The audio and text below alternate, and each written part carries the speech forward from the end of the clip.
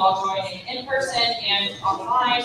I know that I have learned a lot, and I hope you have taken away those experiences as well. Again, I would ask that everyone please take a seat as we will be starting our next session. Thank you so much. This last panel is hosted by the International Youth Conference in collaboration with the Major Group for Children and Youth. And I would again like to thank you so much for joining us on day 3 of the International Youth Conference. Again, we have now closed the downstairs area, so we can be out of the building exactly at 4. It's now my great pleasure to welcome this panel on youth at the intersection of health, humanitarian action, and peace and security. Thank you.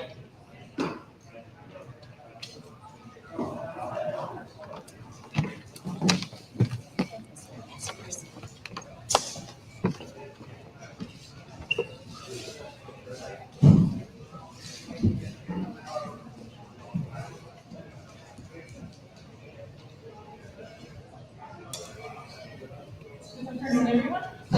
I hope you're all doing well. Welcome to the session Youth at the intersection of mental health, humanitarian action, and peace and security. My name is Anna Shorlich, and today it's an honor for me to be moderating this panel. And I'm here on behalf of the International Federation of Mental Student Associations. First, I would like to use this opportunity to thank our co-organizers for the session, which are the International Institute of Students Federation and the Major Group for Children and Youth for making this discussion possible. So as you know, this session is part of the International Youth Conference, where all of you, as young leaders from all over the world, gather to tackle some of the issues that are bothering you.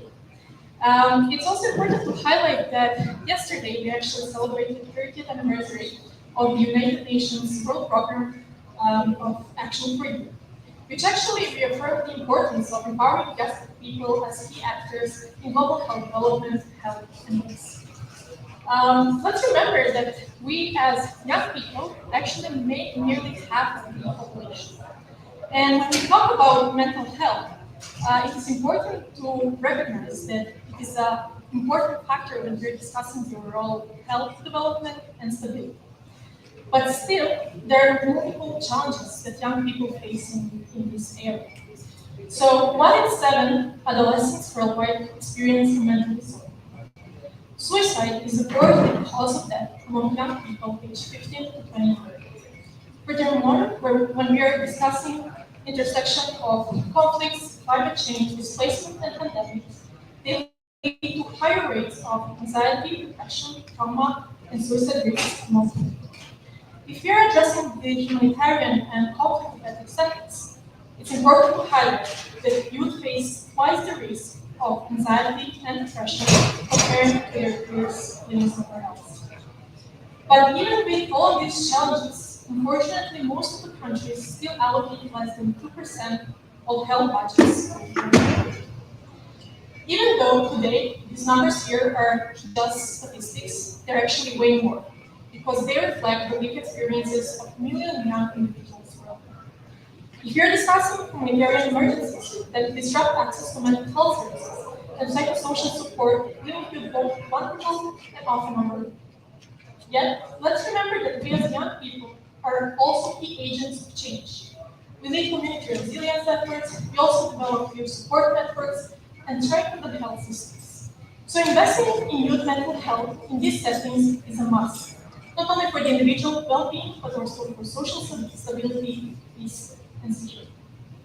And with that being said, I'm actually very, very happy and very excited to open this panel and to introduce our speakers that will be joining us here on the stage. So first, I would like to introduce Mr. João Santelini from the United Nations Population Fund with an extensive experience in youth health and humanitarian action. Furthermore, I would also like to invite Mr. Rolando Felipe, an American economist, peace builder, and activist, to join us on the stage. And last but not least, Ms. Sandra Khan from the National Alliance on Mental Illness. Thank you so much all for being here.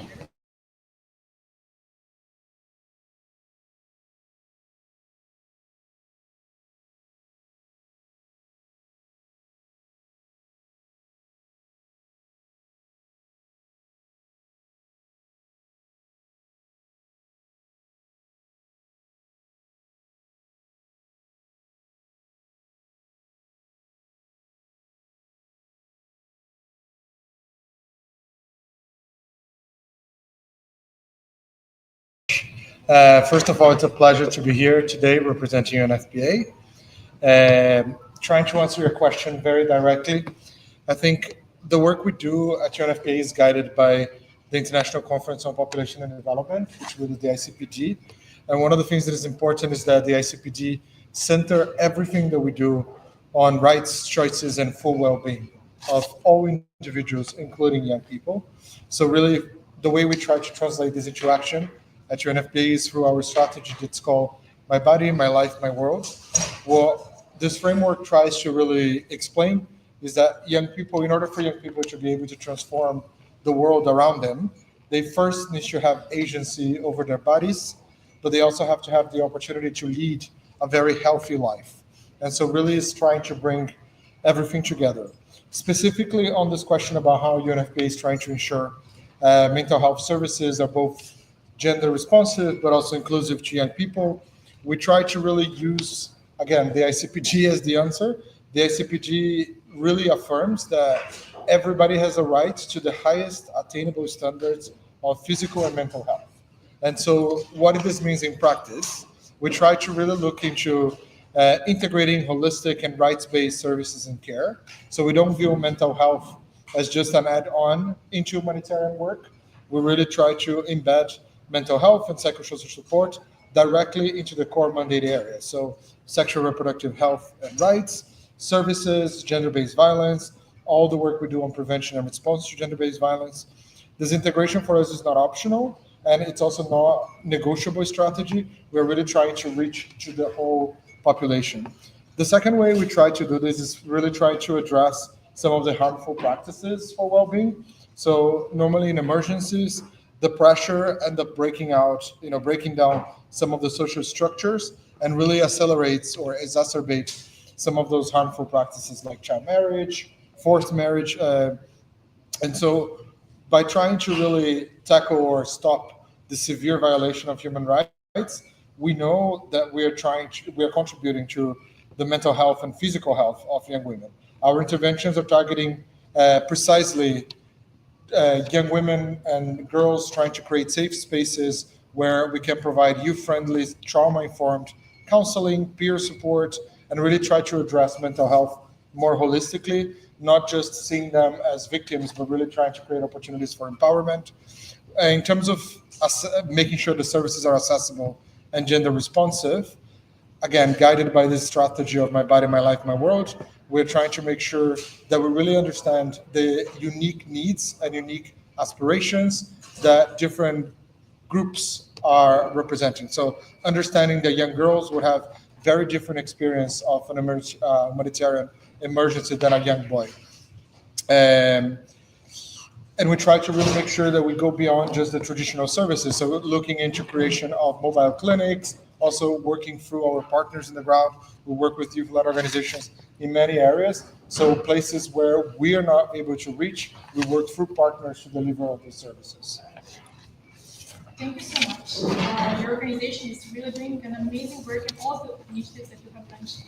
But also something that you tackled is that you said that we should not see young people necessarily as recipients, victims, but also someone who needs to be empowered. So from your perspective, if we want to tackle this other side of the story, what are your thoughts, like how young people can be empowered, and what is their role as young leaders when it comes to supporting the programs that you do to make them more resilient? I think this is a very straightforward answer. Basically, the most important part of this equation is, are the young people themselves. And so we really, through the strategy, My Body, My Life, My World, we try to place leadership and recognize the agency of young people. So more than designing programs, we really need to make sure young people are there helping to shape those programs, help us to make sure that whatever we're doing is culturally relevant, is applicable to their context. Also understanding precisely, I can give you an example to be very practical here. For instance, in Afghanistan, some of the girls, UNFPA distribute this care packages. And for instance, for some of the girls, the types of pads, the sanitary pads we were distributing were not accessible or not friendly to what they were used. So UNFPA worked with a group of young women to understand what would make them feel more comfortable and then work backwards to make sure that those types of accessible friendly pads would be available for the distribution of the kits that goes to humanitarian response areas across Afghanistan. So that's the type of very concrete example. If you're bringing people to the drawing board from the very beginning, they can actually ensure that you do your job better, more efficiently, and often cheaper, because it's, you're avoiding duplication, avoiding waste of resources. Thank you so much. I really love the real-life examples that you have mentioned. And now following up on that, so we tackled what UN does. We also tackled the perspective of young people and their contribution. But what I'm wondering is, what would you say, where is the connection between, for example, mental health services and global frameworks? For example, you're familiar with the Global Compact for Young People, Humanitarian Action, or for example, the Peace and Security Agenda. Could you maybe tell us your thoughts on that? Absolutely. And I think that's one of the most exciting parts of this conversation for me. I'm very biased. I really, that's my main focus at UNFPA, working both with the Youth Peace and Security Agenda, but also our work on the Compact. For us, mental health really is the connecting tissue of all of this, is making sure that young people's well-being is at the very forefront and guides the work that we do. I think there are some very clear entry points. So, for instance, if we look into the Youth Peace and Security Agenda, part of the pillars of the peace and security agenda, we have both protection, but we also have participation. I think everything I just mentioned, making sure young people have the right to participate and shape the discussions. But then when we go into the protection aspects, we're really looking to the long-term impact. We know that conflict and also emergencies leave a scar on mental health of young people.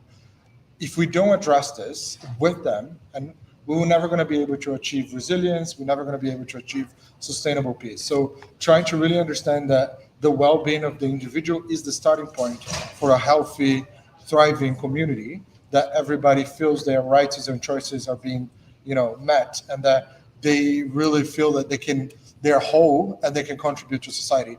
Similarly with the Compact. So UNFPA, we play this, basically this leadership role trying to advance this agenda within the UN system, but in partnership with our civil society partners. We're both the co-chairs of the Global Coalition on Youth, Peace and Security, but we're also co-chairing, together with our FRC, the Global Compact for Young People in Humanitarian Action. The DNA of both the spaces are very similar. We want to make sure that we understand that we transform the peace and security space and the humanitarian space, both trying to create that opportunity for young people to be there, to shape the conversations, not just as a passive participant, but really helping to drive the agenda forward, making sure the agenda is more responsive to their needs, their expectations, their aspirations. So connecting with the mental health, again, one of the things that we keep hearing, for the longest time, mental health was seen as an add-on. It was a niche, was something that, this generation of snowflakes, as they used to say here in the US. And I think more and more young people are being very crucial drivers into getting the international community and the development practitioners, the humanitarian responders, to understand that mental health is not just a detail. It's actually the core of everything we're trying to do. People have to have access to services. People have to have access to services that really meet them where they are and respond to their specific needs. So I think that's really the connecting tissue. Thank you so much. I think you tackled some amazing points when it comes to youth empowerment, as well as stigma that's here when it comes to discussing mental health. But seeing projects like these ones, or these kind of sessions where young people gather and discuss this topic, I think it's a very good way forward when it comes to addressing these issues. Thank you so much for sharing your perspectives. So now that we reflected a bit more on how things work on the international level, what are maybe some international policies and frameworks that are addressing this topic. Let's move to Rolando and let's discuss how things maybe work on national level and also within the communities. So Rolando, you're a young peace builder from Canada. So from your experience, what would you say are the biggest challenges when it comes to addressing youth mental health? And how can, in this context, national peace and security policies or frameworks better support youth's well-being? Thank you so much for the space.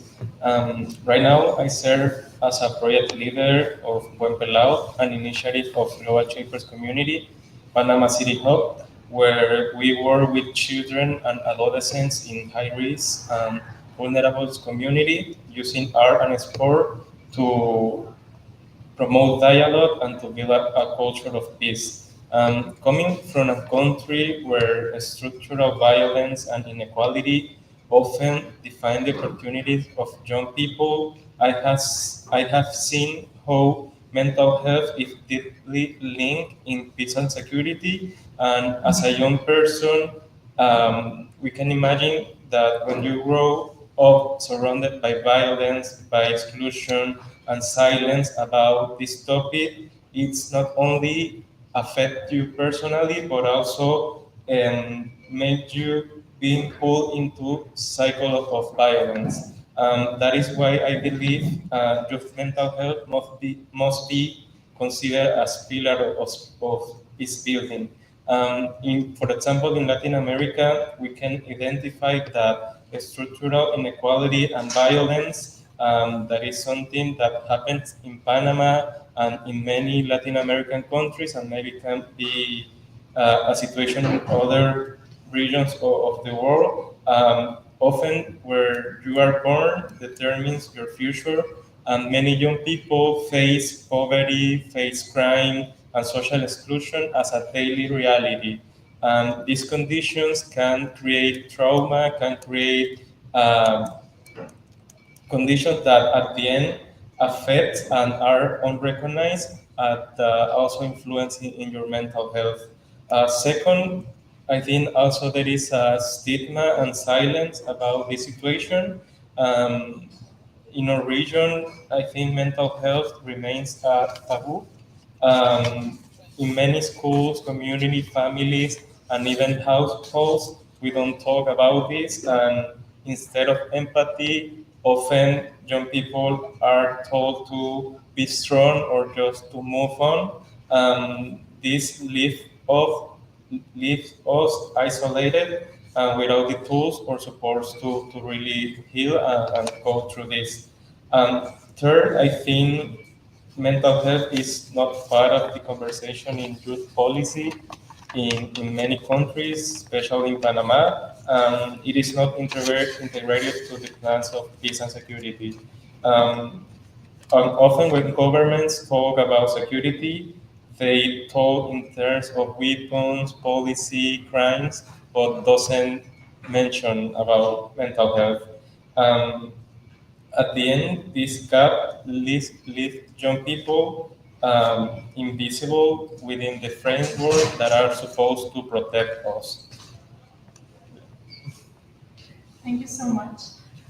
So even though now we moved to the national level, we can see that, like in general, there are still like same issues that are being a burden when it comes to addressing this topic. But even though there are challenges in your country, you're one of the people that I would say is like successfully addresses them through your work. So from your perspective, what would you say, like how young people can take more active role when it comes to linking mental health initiatives and these building efforts? I think precisely community-based and grassroots initiatives can make a difference in our communities, in our countries. For example, with Buen Pelao, that is our project, using art and sport, we create safe spaces where children and adolescents can express themselves, create resilience, and also learn about conflict resolution. And it may sometimes feel small, but at the end, giving young people a place to be heard and to heal can be very transformative. Also, I think the work that most of us are doing in youth-led advocacy can also transform realities because we are not only beneficiaries or projects or programs, and we are also leading the change in our communities in the national level. So I think it's important to acknowledge that when young people get together, we have the power to achieve how the priorities at the national and even in the international level are. And also, I think creating cross-sectors partnerships where we can address mental health, because it cannot be only one partner or one actor solution. It requires that many actors can be together and start working on this, so we can really have an holistic approach when prevention, care, and peace building can go together. I think also personally, young people can do a lot to combat and to promote mental health. I think we can start by normalizing conversation about this topic um, among our peers, and breaking this culture of silence about mental health is really important and it's really beneficial. Also, we can try to influence the policy making in our country, and as Joao mentioned, really participate where the decisions are be taken and are being uh, created, so we can really include our perspective in the policy making, and also create these bridges between institutions and communities, because we are at the end at the communities. We know how we are suffering this problem, how other young people are suffering too. So we are like the best linkage between communities and institutions. And also to remember that mental health is not a luxury and is a precondition for peace. Thank you so much. I really like the phrase that you use, that we as young people are like the link between the communities, and also between the institutions. And something also that I experienced firsthand working as an advocate, both on local, national, and now international level, especially in context of health, is that systems won't always be responsive to our needs of young people. And unfortunately, that is reality. But even with these kind of challenges, it's important to highlight that we, as young people, we have skills, we have knowledge, we know our needs, we have connections, and with our like work and ideas and collaboration, we can still achieve a lot and address a lot of issues that are bothering us, and in the end, be part of the solutions and movement that's contributing to the positive changes. Once again, thank you so much, Rolando. And with that, I will move to our last speaker of this panel, Mr. Nadal.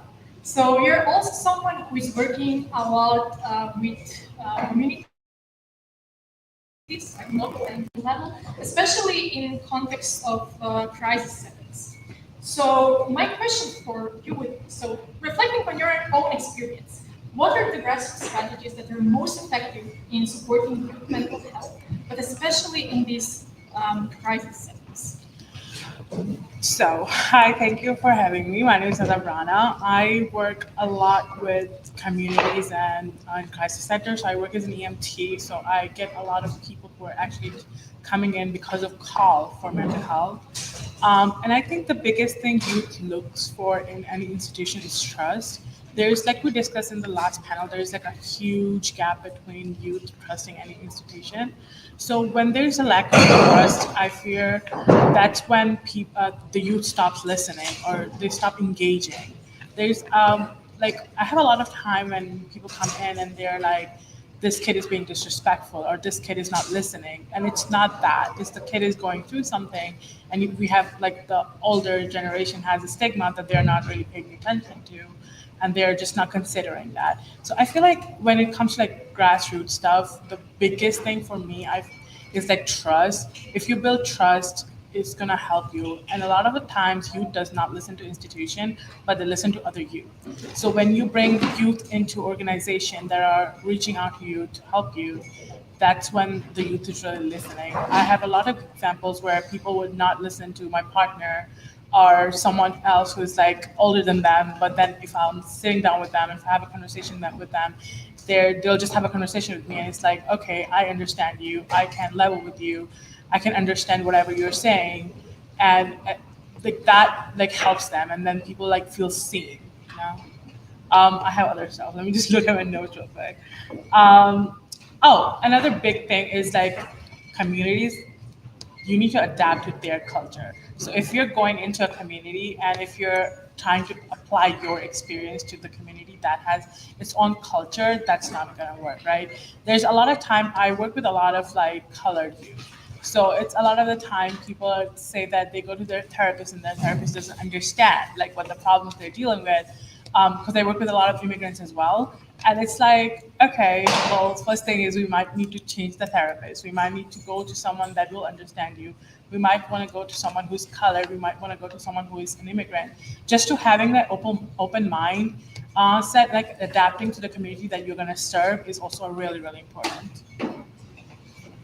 These are some really, really, really good points that me as future healthcare professional, I've been like reflecting on them a lot about the importance of development of like cultural competencies when it comes to any kind of service providers. Because in the end, it's sometimes there is a gap when it comes to understanding people who have different backgrounds from us. Not necessarily just because we don't want to understand, but just maybe sometimes we cannot completely relate to them, or it's challenging for us to get the background that they have. But I also really like the point, and I think that's something that also highlights the importance of youth involvement when it comes to this kind of topic. That young people, for them, it will be easier to engage with other young people because the gap, age gap, or just like is smaller. So it's way easier for us to relate to someone, to our peer, who might be going through the same experiences or same situations than to someone who maybe from our perspective is way older than us or looks more serious or more professional. So that's I think a very good point to highlight like how youth is also important to be part of this solution. And following up on everything that you have mentioned, you raised some really, really great points. I would like to reflect on some of the humanitarian and peace building programs that you were part of having worked as part of. So from your experience and from your perspective, what do you think, how can these programs better integrate trauma-informed approaches when it comes to responding to needs of young people? Well, you have to see what the youth is surrounded by, right? A lot of the youth is in school, a lot of the youth is in churches, a lot of the youth is in the places where they should be trusting adults, right? So you have to educate these adults. Like you have to educate the teachers, you have to educate like the youth leaders and whatnot, how to deal with situations. Because oftentimes when people are going through mental crisis, they're sent to the counselor as a punishment almost, right? They're taken out of class, they're taken out of a group, and they're like, okay, go sit in the corner or go talk to this person. And that creates more stigma than anything else because then they're not only in front of everyone being cornered, they're also just being told, okay, this is your punishment. So I feel like that's the biggest issue in my eyes when it comes to youth, especially who's still in school. Like you have to you have to educate the teachers and stuff and make them realize, okay, well, if something like this happens where something is going through a mental crisis, how to respond to that best. That's always the best. And oftentimes, trauma is not going to be physical, right? No one really knows what other person is going through. So there has to be signs that have people have to like understand and realize.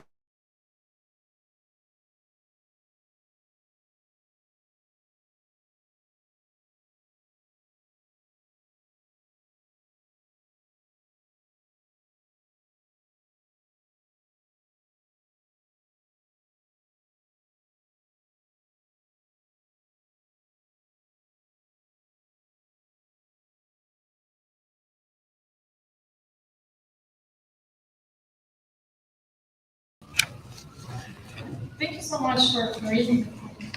And I believe that that's something that like every single one of us can take home as this, like take home message. It doesn't matter where you will be working one day, in what aspect of field, but these are like situations that in the end we're all gonna encounter with, either through our like professional work or maybe it will be our friend. So in these kind of situations, as you mentioned, it's always important to understand why rather than like judge the response and behavior because different people can have different response to traumas, especially when it comes to also communicating maybe some challenges that they are facing. And just one simple, how are you doing, or what's the problem, how can I help you, can be helpful. Thank you so much for sharing your perspectives and experiences. And before we proceed with like final round of questions and final remarks from our speakers, I would also like to be able to do feedback to you, to our audience, to maybe ask some questions. If you have any questions, feel free to raise your hand. Yes, please.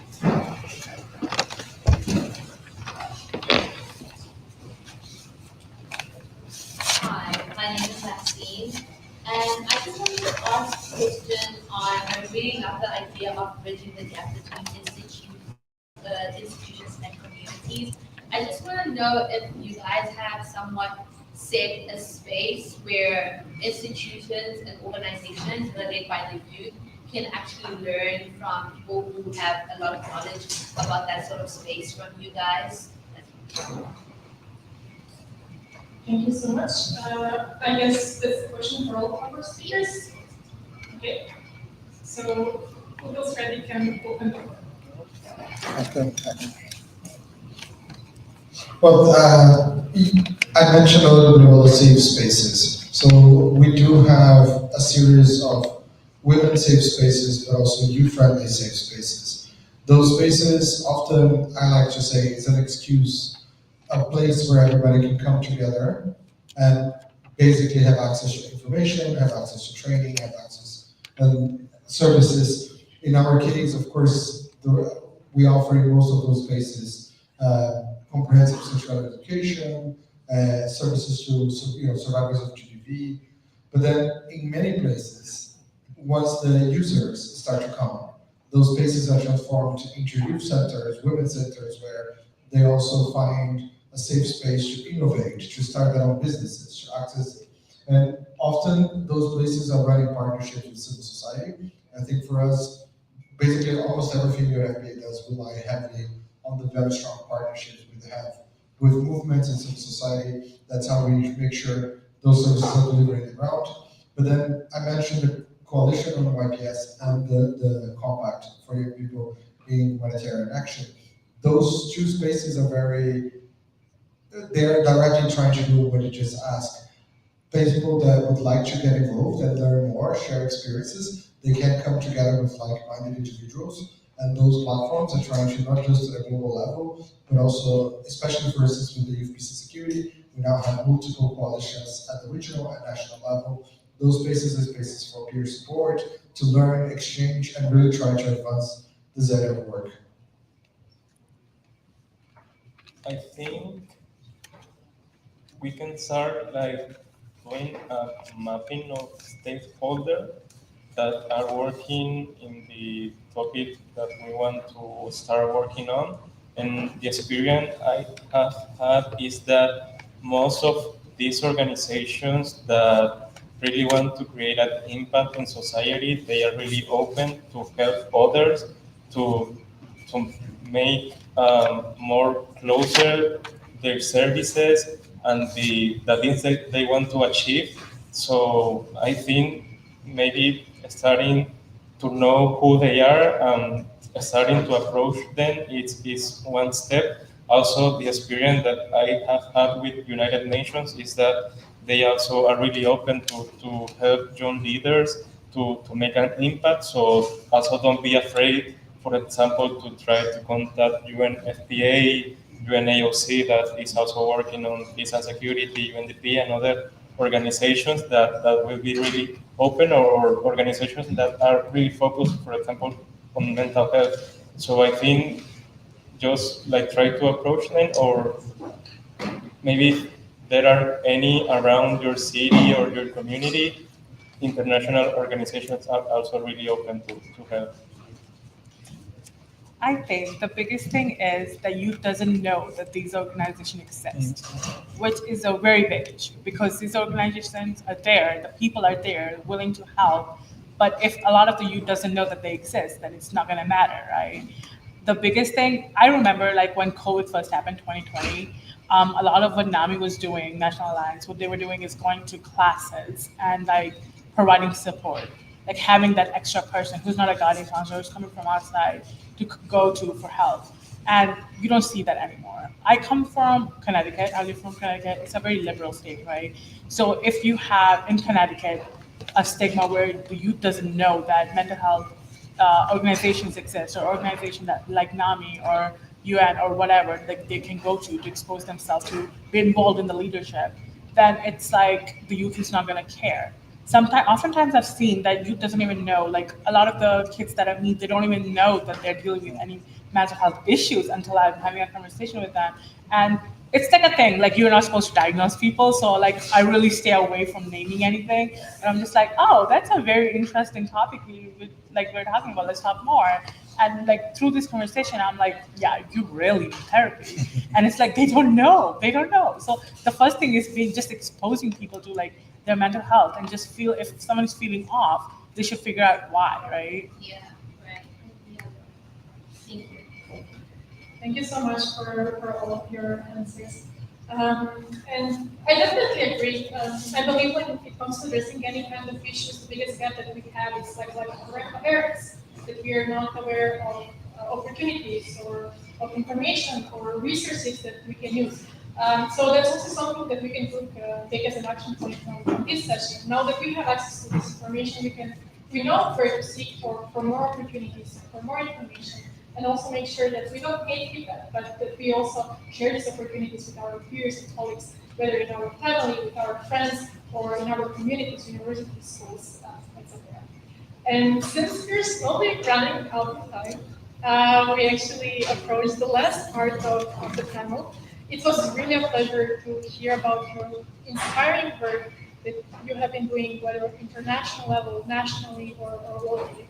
So since here we have a lot of young, also inspiring leaders who are more, from my perspective, more than eager to address some of the issues that are bothering you, what would be your closing remarks or take messages that you would like these young people to take from this time?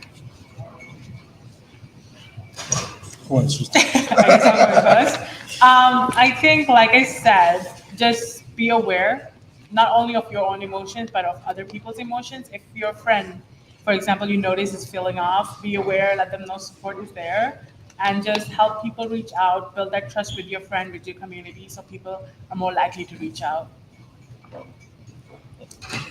I think maybe not to be afraid to ask for help, and also to help others. Maybe if we cannot do it, we can refer to someone that can do.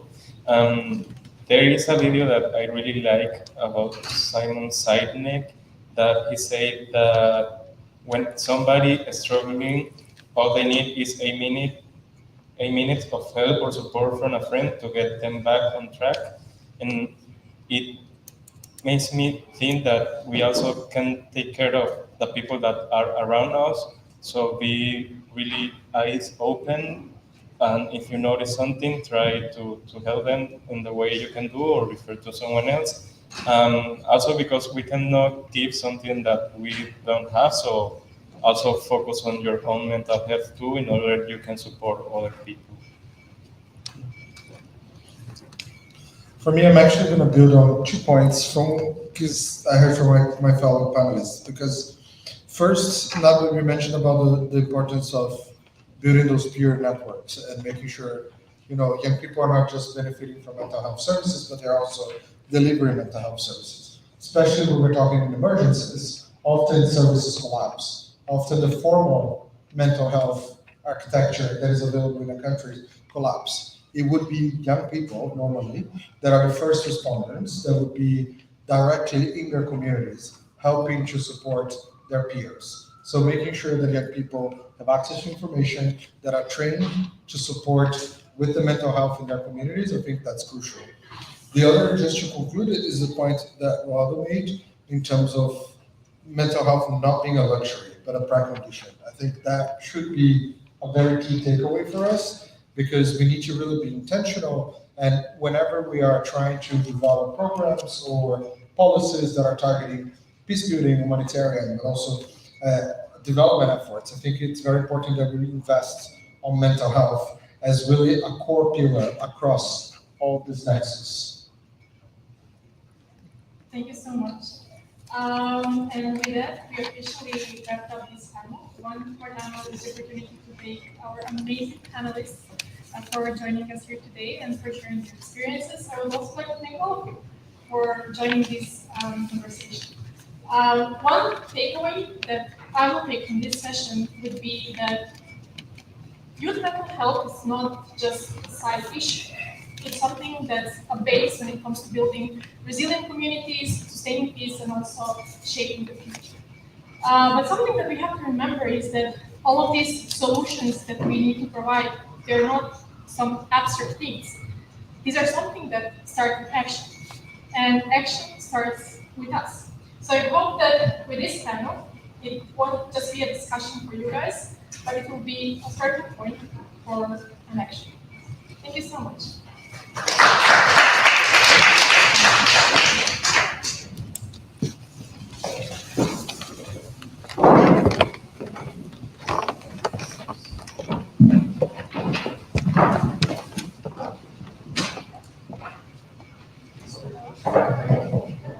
I think we have joining us for IYC 83. This concludes our session and our day. So thank you for being here, and we'll see you tomorrow. Can you hear me? So, good.